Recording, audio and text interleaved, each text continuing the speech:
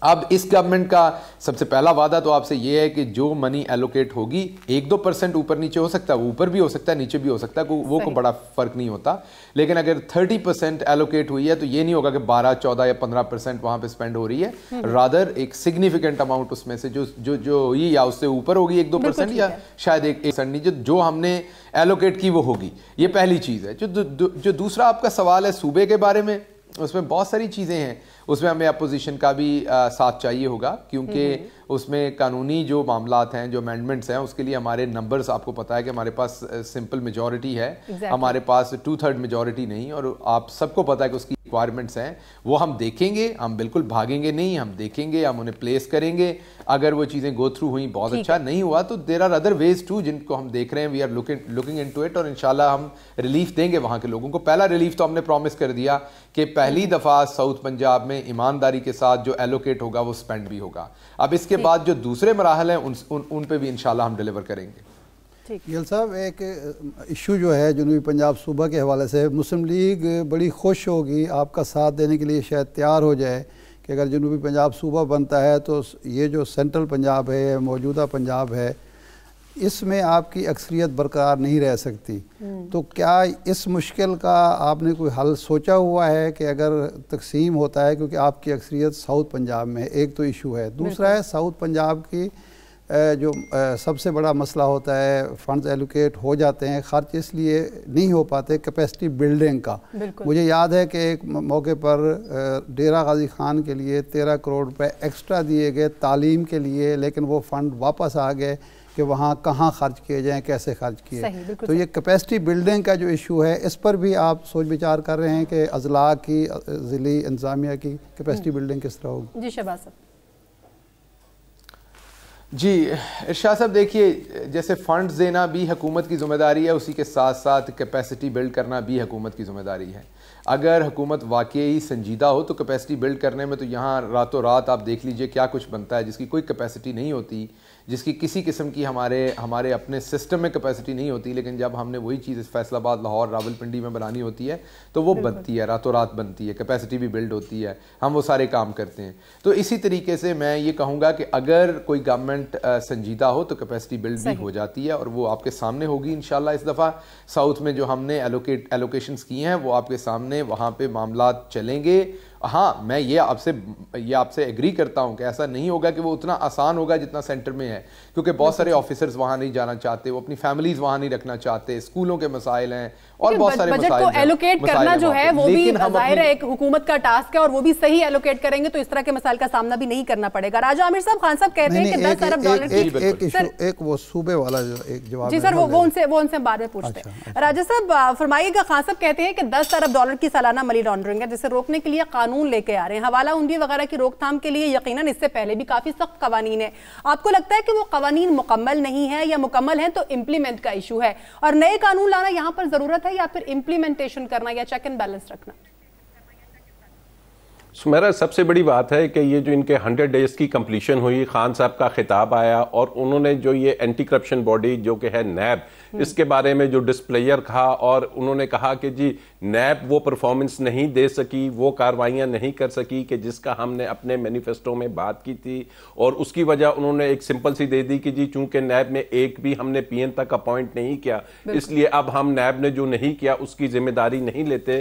تو میں اس چیز کو سمجھوں گا کہ آپ ملک کے چیف ایگزیکٹو ہیں, ذمہ داری بہرحال آپ کو لینی ہے, نیب اس ملک میں اکاؤنٹیبلٹی بہرحال آپ کو کرنی ہے. آپ نے وہ طریقہ ڈھونڈنا ہے, قانون میں موجود ہے کہ اگر نیب میں اپوائنٹمنٹس غلط ہوئی ہیں, غلط لوگ بیٹھے ہوئے ہیں, پرانی گورنمنٹ کے لوگ بیٹھے ہوئے ہیں جو کام نہیں کر رہے, تو ان کو دیکھنا, ان کو سیٹل کرنا, یہ آپ کا کام ہے, اور اس کے راستے موجود ہیں. اب جو سب سے بڑی بات آ رہی ہے کہ جی جو میں سمجھتا ہوں, جو انہوں نے کہا کہ ان 100 دنوں میں ہم نے سمت کا تعین کیا, تو اس فیلڈ میں جو اکاؤنٹیبلٹی ہے, منی لانڈرنگ ہے اور کرپشن کی بات ہے جس میں نیب انوالو ہے, تو میں سمجھتا ہوں کہ اس ایریا میں کوئی سمت کا ابھی تک تعین نہیں ہو پایا, اور اس میں بالکل ایک ڈائریکشن لیس یہ چلے ہیں ان 100 دنوں میں. انہیں نہیں معلوم کہ کس طریقے سے ہم نے کیسز کو کرنا ہے, کس طریقے سے یہ جو بڑے بڑے کیسز ہیں ان کے علم میں ہونا چاہیے کہ یہ جب نیب کے پاس پہنچے ہیں تو کیا وہ اچھے انداز میں کیسز ہو رہے ہیں یا نیب کی پرفارمنس کو دیکھتے ہوئے وہ مزید خراب ہو رہے ہیں, سٹرونگ کیسز بھی خراب ہو رہے ہیں, کس 9 مہینے سے نیب میں لوگوں نے انہوں نے پکڑا ہوا ہے, کیا وہ واقعی اس کو حتمی انجام تک لے جا رہے ہیں یا مزید خرابیاں ہو رہی ہیں. اب منی لانڈرنگ کی بات آ جاتی ہے, انہوں نے کہا کہ جی قانون سازی کرنی ہے. اب دیکھیے کوئی بھی قانون سازی اگر آپ نے کرنی ہے, چاہے وہ نیب میں کرنی ہے, منی لانڈرنگ میں کرنی ہے یا اینٹی کرپشن کی حد تک کرنی ہے, تو یہ تمام جو مسودہ ہوتا ہے نارملی ایسے ہوتا ہے کہ لا منسٹری سے اوریجنیٹ ہوتا ہے, وہ پروپوزلز بناتے ہیں, پھر اس کے بعد وہ اسمبلی میں جائے گا, اسمبلی میں جب وہ جائے گا تو وہاں جو کمیٹیز ہوتی ہیں ان کے پاس بحث ہوگی, نہ وہ کمیٹیز ہیں نہ وہ لا منسٹری نے کوئی ایسے مسودے ابھی تک ہمارے سامنے آئے ہیں. پھر جب ہم اسمبلی کو دیکھتے ہیں تو وہاں کسی کی اکثریت نہیں ہے, سینٹ میں نہیں ہے, وہاں پہ ایشوز ہیں. تو اگر 2 سال اسی چیز میں گزر گئے کہ جی مسودے آئیں گے, لیجسلیشن ہوگی, نئی قانون سازی, تو پھر احتساب کب ہوگا, منی لانڈرنگ پر قابو کب پایا جائے گا, جو پالیسیز بنائی جا رہی ہیں اس کے اوپر عمل درآمد کب ہوگا. بالکل صحیح, 1 منٹ اور دیجئے گا ذرا سمیرا, سنیے 1 سیکنڈ اور سب سے بڑی بات ہے کہ جو اب ان کا اتحاد ہے, لا منسٹر صاحب اس جماعت سے تعلق رکھتے ہیں کہ جس کی میجورٹی خود منی لانڈرنگ کے سکیمز میں آئے ہوئی ہے. تو یہ بڑے ٹیکنیکلی اور آن گراؤنڈ ان کو پرابلمز ہیں. ہم دیکھ رہے ہیں کہ وہی پرانے لوگ نہ صرف نیب میں بیٹھے ہوئے ہیں, ہر منسٹری میں بیٹھے ہوئے ہیں. تو ان کا تدارک اگر یہ نہیں کر پائیں گے تو ٹائم بڑی تیزی سے ان کے خلاف جا رہا ہے. تو اب 100 دن کے بعد another 100 days کے بعد قوم یہ سننے کے لیے قطعاً تیار نہیں ہوگی. صحیح کہہ رہے ہیں, وقت بہت کم ہے, چیلنجز بہت زیادہ ہیں اور چیلنجز ہارڈ بھی ہیں. انوار الحق کاکڑ صاحب, بہت کم ٹینیور کا احتساب ہو رہا ہے, خود پی ٹی آئی بھی یہی بات کر رہی ہے, لیکن کیونکہ دعویٰ کیا تھا انہوں نے 100 days کی پرفارمنس دینے کا, تو سر آپ کو لگتا ہے کہ حکومت جن ایشوز کو لے کر حل کرنے کی بات کر رہی ہے یا دعوے کر رہی ہے 5 سالہ دور حکومت میں, اس کا 50% بھی کر پائے گی؟ کیا ملک کے حالات اور جو اس وقت کابینہ ہے وزیر اعظم کی پرفارمنس اس کی جو ہے وہ اس قابل ہے کہ حل کی طرف جا سکے؟ بہت شکریہ جی. دیکھیں, جس سچویشن کو ریورس کرنا ہے نا, وہ کریشن ہے آف لاسٹ 70 years. جو اپنے اوپر ایک self imposed agenda of 100 days رکھا تھا, پاکستان میں پہلی مرتبہ حکومت کے پہلے 100 دن کے حوالے سے گفتگو شروع ہوئی ہے. یہ بذات خود انڈیکیٹ کرتی ہے کہ یہ ڈائریکشن ٹھیک ہے. آج سے پہلے مجھے نہیں یاد کہ کسی حکومت کے پہلے 100 دن کے متعلق سول سوسائٹی میں, میڈیا میں ایک ڈسکورس جنریٹ ہوا ہو, ایک ڈیبیٹ ہوئی ہو ہیلدی. لیکن اس مرتبہ آپ کو وہ دلچسپی نظر آ رہی ہے. یہ دلچسپی کیوں نظر آ رہی ہے کہ پی ٹی آئی کو یہ کریڈٹ دینا پڑے گا کہ انہوں نے کامن ماسز کو ٹو پہ رکھا ہے, میڈیا کو ٹو پہ رکھا ہے, اپنے خلاف چیزیں ایکسیپٹ کرتے ہوئے انہوں نے ایک اوپننگ دے دی ہے. یہ کریڈٹ نہ دینا میرے خیال میں کنجوسی ہوگی. میں اس کنجوسی کا قائل نہیں ہوں. All credit goes to them. اچھا, اب کیا یہ ان مسائل کو حل کر پائیں گے یا نہیں حل کر پائیں گے؟ اگین میں ایک کارڈنل آپٹمسٹ ہوں. میرے خیال میں عمران خان کے پاس کرزما موجود ہے, اس کے پاس انرجی موجود ہے, and above all that he has good intentions. یقیناً آپ کے سامعین یہ سوچ رہے ہوں گے کہ where is the team who will perform, who will execute. Team initially جو ٹیم ان کے پاس آئی ہے, جو اویلیبل لاٹ ہے, اس اویلیبل لاٹ میں نسبتاً بہتر لوگ ہیں, اور وہ اپنی اپنی کیپیسٹی میں جو پرفارم کر پا رہے ہیں وہ کر رہے ہیں. لیکن یہ نہ بھولیے گا کہ جو مافیا لاسٹ 30-40 ایئرس یہاں پہ لیچز کی طرح, جھونکوں کی طرح اس سسٹم کا خون چوس رہی تھی, وہ they have not been buried. وہ دفن نہیں ہوئے, وہ زندہ ہیں, اور وہ کہیں آس پاس کوئی بیوروکریسی میں ہے, کوئی جرنلزم کے گاب میں ہے, کوئی انٹیلیجنشیا میں ہے, کوئی اپنے آپ کو دانشور کہتا ہے, کوئی اپنے آپ کو پولیٹیشین کہتا ہے, اور کئی اداروں میں بھی اس طرح ہوں گے. وہ اس اپرچونٹی کے انتظار میں بیٹھے ہوئے ہیں کہ کیسے یہ نان پرفارمنس کے طرف جاتے ہیں, اس کو ٹرک سے کیا جائے تاکہ یہ ڈرم بیٹ شروع کی جائے کہ P T I naan performer یہ ڈیلیور نہیں کر سکتی. ایز کمپیئر ٹو دیم, جیسے 70 سال میں ہم نے ناسا میں لیڈ لے لی اور ہم دنیا کی سب سے بہترین R&D کے حوالے سے قوم بن گئے, ریسرچ اینڈ ڈیولپمنٹ میں ہم آ گئے ہیں, اکنامکلی ہم نے چائنا کے بیلٹ اینڈ روڈ انیشیٹو کے مقابلے میں اتنی اسٹرانگ ہے کہ مسائل حل ہو سکتے ہیں, تو مسائل حل ہو جائیں گے. Samira let me finish, let me please. میں آپ کو یہ کہہ رہا ہوں کہ جو یارڈ سٹکس ہیں وہ کچھ شاید پی ٹی آئی نے بھی غیر ضروری طور پہ ہائی ریز کیے ہوئے تھے, اور شاید اس لیے ہائی ریز کیے ہوئے تھے کہ آئیڈیلی سپیکنگ وہ ہونے چاہیے. اگر وہ ان سے خود بھی نہیں ہو رہے ہیں تو ابھی میرے دوست عامر عباس, میں, آپ, ہم سب ان کو کرٹیسائز کر رہے ہیں. بالکل صحیح. یہ سیلف کرٹیسزم کی جو اویلیبلٹی ہے یہ نہ پی ایم ایل این نے دی, نہ پی پی پی نے دی, پی ٹی آئی نے دی, بالکل ٹھیک ہے, پارٹیوں نے دی. ٹھیک ہے ارشاد صاحب, یہ ڈسٹنگوش ہو جاتے ہیں. صحیح ہے, صحیح. ارشاد صاحب, زرداری صاحب کو نہیں لگتا کہ کپتان جو ہیں ان کی گورنمنٹ زیادہ دیر چل سکے گی, لیکن شاید وہ خود بھول گئے ہیں کہ اپنے 3 ادوار میں انہوں نے جو ہے وہ صرف اپنے صوبے کی محرومیاں ہی دور نہیں کر پائے. بار بار 18th امینڈمنٹ کی بھی بات کرتے ہیں کہ لیکن اس امینڈمنٹ کے بعد بھی عوام کو روٹی کپڑا اور مکان دینے میں جو ہے وہ ناکام نظر آئے. 18th امینڈمنٹ پر بار بار کیوں تحفظات دیتے ہیں زرداری صاحب, جبکہ پی ٹی آئی گورنمنٹ جو ہے وہ بالکل لا علمی کا اظہار کرتی ہے اس کے اوپر کہ اس کے اوپر کوئی ایکشن نہیں لیا جا رہا؟ پہلی بات تو یہ ہے جو 100 ڈیز کے حوالے سے بات ہو رہی ہے, اس میں یہ عرض ضرور کروں گا کہ پہلا جو کام ہوتا ہے کسی لیڈرشپ کا یا حکومت کا وہ یہ ہے کہ وہ مرض کی درست تشخیص کر رہی ہے یا نہیں. اگر منی لانڈرنگ اس نے ایشو بنایا ہے, اگر کرپشن ایشو بنایا ہے, اگر گورننس بیڈ گورننس جو ہے اس کو ایشو بنایا ہے, تو اس کا مطلب ہے اس کو کم از کم یہ علم ہے کہ پاکستان کے امراض کیا ہیں, اس معاشرے کے کو علاج کس قسم کے علاج کی ضرورت ہے. علاج بھی وہ اس کی ذمہ داری ہے, لیکن پہلے مرض کا صحیح تشخیص جو ہوتی ہے وہ آدھا کام آپ کا آسان کر دیتی ہے. اب زرداری صاحب کا معاملہ یہ ہے کہ ایک تو میں ویسے کہا کرتا ہوں کہ جس حکومت کے بارے میں لوگ یہ کہنا شروع کر دیں کہ آج گئی یا کل گئی, وہ 5 سال پورے کرتی ہے, کیونکہ مخالفین کو جمع ہونے کا اور کوئی زوردار طریقے سے اس کو ہٹانے کی کوشش کا موقع ہی نہیں ملتا. وہ اسی انتظار میں بیٹھے رہتے ہیں کہ جی یہ تو خود چلے جائیں گے, ہمیں ضرورت ہی نہیں ہے. بالکل صحیح. لیکن جب زرداری صاحب یہ بات کرتے ہیں تو بڑی حیرت ہوتی ہے. 1970 میں پیپلز پارٹی کو 71 میں پہلی بار حکومت بنانے کا موقع ملا, اس کے بعد اس کی 6 حکومتیں آ چکی ہیں. اب 6 حکومتوں کے بعد پاکستان کی جو حالت ہے, اور تقریباً اتنی ہی حکومتیں مرکز اور صوبوں میں میاں نواز شریف صاحب کی رہی ہیں, 3 بار تو وزیر اعظم رہے اس ملک کے.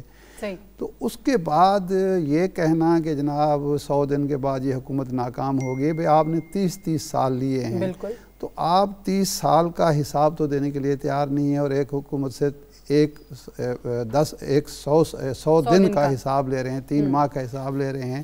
تھوڑا سا بندہ ضمیر میں جھانکے اور سوچے کہ ہو کیا رہا ہے. نمبر 1. دوسرا یہ کہ یہ سارے جو پیدا کردہ مسائل ہیں یہ کس کے پیدا کردہ ہیں؟ یہ زیادہ تر آپ کے پیدا کردہ ہیں. بالکل. اس میں فوجی آمریتیں 2 شامل ہیں, لیکن ان کا جو مجموعی عرصہ بنتا ہے وہ 18 سال بنتا ہے, اور یہ 30-32 سال آپ دونوں کے بنتے ہیں. تو آپ بریوز ذمہ ہیں, اور یہ جو ناتجربہ کار ٹیم ہے وہ ذمہ دار ٹھہرا رہے ہیں.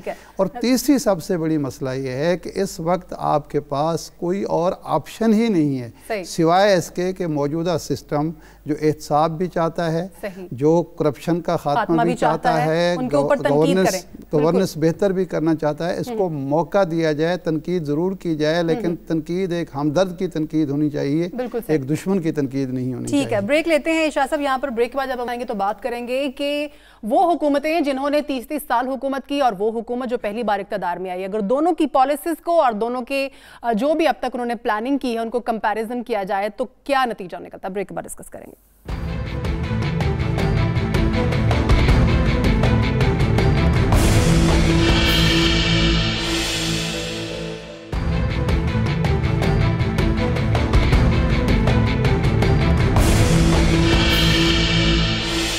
بریک کے بعد ایک بار پھر سے خوش آمدید کہتے ہیں ناظرین. انوار الحق کاکڑ سے فرمائیے گا, پچھلی حکومتوں کے ادوار میں اور موجودہ حکومت کے دور میں کچھ تبدیلی یا کوئی ایسے سٹیپس یا کوئی ایسی پالیسیز جن کی وجہ سے یہ لگے کہ نیا پاکستان, اگر پچھلی حکومتوں کے ساتھ کمپیئر کیا جائے موجودہ حکومت کو؟ دیکھیں, اس وقت جو سب سے بڑی تبدیلی ہے وہ تو جو ڈرائیونگ سیٹ پہ آپ کو نظر آ رہا ہے کہ لیڈرشپ کی چینج. ہم